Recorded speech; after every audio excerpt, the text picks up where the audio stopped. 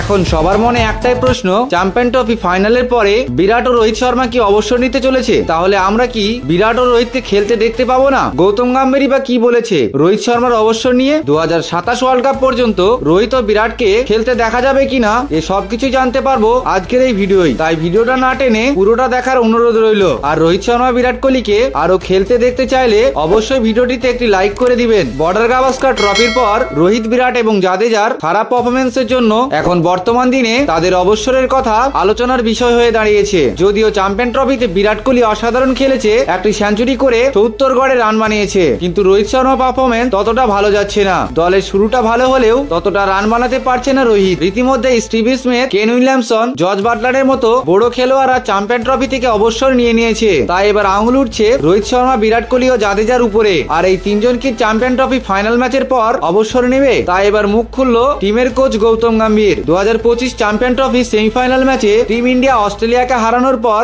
এক রিপোর্টার গৌতম গম্ভীরকে প্রশ্ন করে। গৌতম গম্ভীর বলে, আমরা চ্যাম্পিয়ন ট্রফির ফাইনাল নিয়ে ভাবছি, নাকি কারো অবসর নিয়ে। আর আমার মনে হয় রোহিত শর্মার ইনিংসটা ছোট হলেও দলের জন্য কার্যকারী। তাই রোহিত শর্মা অবসর নেবে কে না নিবে এই বিষয়ে আমরা কোনো আলোচনা করিনি। তো বন্ধুরা, রোহিত শর্মা, বিরাট কোহলি, রবীন্দ্র জাদেজা চ্যাম্পিয়ন ট্রফি ফাইনালের পর অবসর নেওয়া কি উচিত, নাকি খেলা চালিয়ে যাক? সেটা চান অবশ্যই আপনার মূল্যবান রায় কমেন্ট করে জানাবেন। এখন চলছে 2025, আগামী ওয়ার্ল্ড কাপ আসতে এখনো 2 বছর বাকি। তাই রোহিত ও বিরাট 2 বছর টিমে জায়গা ধরে রাখতে পারবে? এদিকে বিসিসিআই এমন একজন খেলোয়াড়কে খুঁজছে যে দীর্ঘদিন ভারতীয় টিমে নেতৃত্ব করতে পারে। আর রোহিত শর্মা অলরেডি 37 বছরে পা দিয়েছে, আর ফিটনেসও আগের মতো নেই। তাই অনেকেই প্রশ্ন তুলছে, বিরাট কোহলি অনেক ফিট রয়েছে এবং বয়সেও রোহিতের থেকে 1 বছরের ছোট। তাই বিরাটকে আমরা 2027 বিশ্বকাপ খেলতে দেখতে পারি। আর রোহিত শর্মা অবসর নেবে কি না নেবে সেটা রোহিতের উপরে ডিপেন্ড করছে। আর যদি রোহিত শর্মা অবসর নেয় তাহলে ভারতীয় টিমের পরবর্তী ক্যাপ্টেন কে হবে?